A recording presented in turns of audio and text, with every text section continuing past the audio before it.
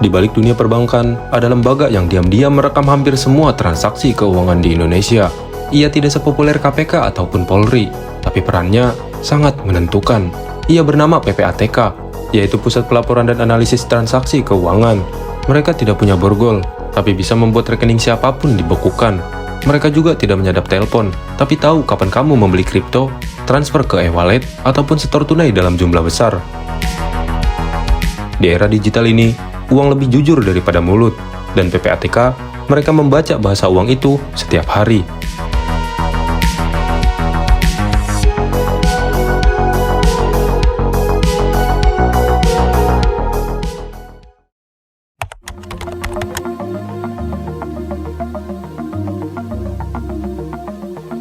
PPATK didirikan tahun 2002 lewat Undang-Undang Tindak Pidana Pencucian Uang. Pada awalnya, PPATK dibentuk sebagai respon terhadap tekanan global agar Indonesia serius menangani kasus korupsi dan pendanaan terorisme. Waktu itu, dunia baru saja terguncang oleh tragedi 9/11 dan komunitas internasional mulai menekan negara-negara agar punya sistem deteksi transaksi mencurigakan. PPATK bukan aparat penegak hukum, tetapi tugasnya sangat vital, yaitu menyaring, menganalisis, dan meneruskan informasi keuangan mencurigakan ke pihak-pihak seperti KPK, Polri, Kejaksaan, ataupun BIN. Dalam konteks ini, mereka jadi semacam intelijen keuangan nasional. Menariknya, PPATK tidak hanya menyasar penjahat besar, mereka mengawasi siapapun yang melakukan transaksi tidak lazim, seperti setoran tunai di atas 500 juta, transaksi e-wallet yang melonjak tajam, bahkan rekening yang tiba-tiba pasif dan mencurigakan. Semua itu dicatat, dan dalam banyak kasus, itulah awal dari pengungkapan skandal besar.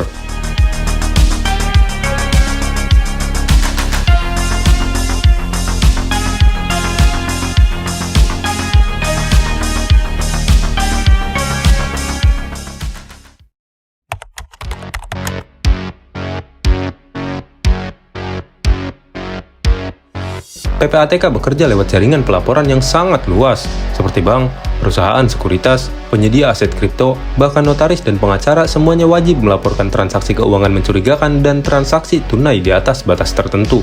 Begitu laporan masuk, sistem analitik PPATK langsung bekerja.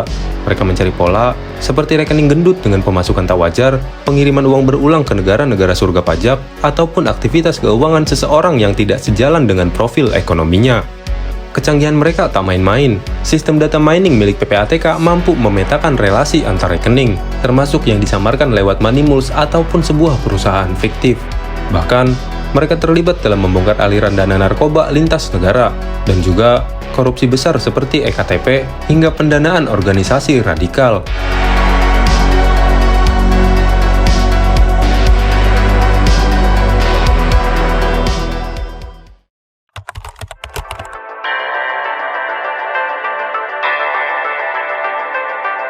Dari tahun ke tahun, PPATK jadi kunci dalam pembongkaran kasus-kasus besar.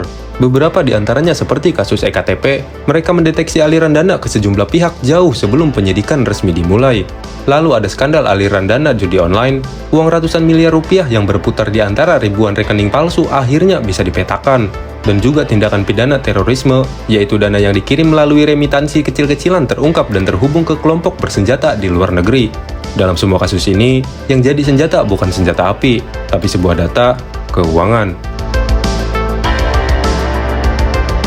Namun seiring meningkatnya kekuatan analisis ini, muncul kekhawatiran, apakah PPATK sekarang masih berada dalam koridor hukum atau mulai overreach?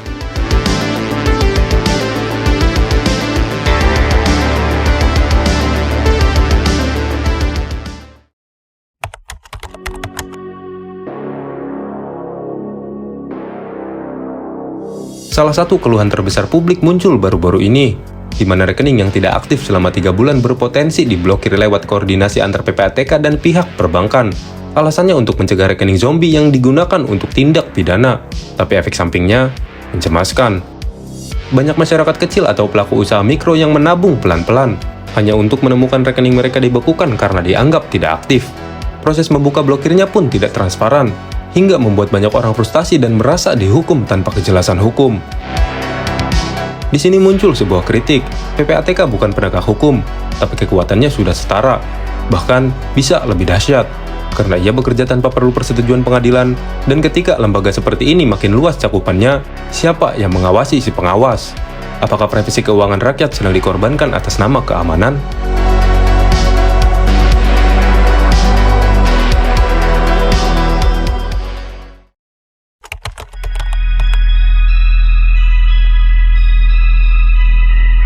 PPATK bukan lembaga yang salah. Justru di era korupsi dan kejahatan lintas negara, kehadiran mereka jadi tembok yang sangat penting. Tetapi lembaga ini seperti pisau yang tajam. Ia harus dijaga agar tidak salah arah. Karena saat semua rekening diawasi, setiap transaksi dicatat, maka kita perlu bertanya, siapa yang mengatur batas kecurigaan itu? Dan apakah kita tanpa sadar sedang hidup dalam pengawasan yang tak terlihat?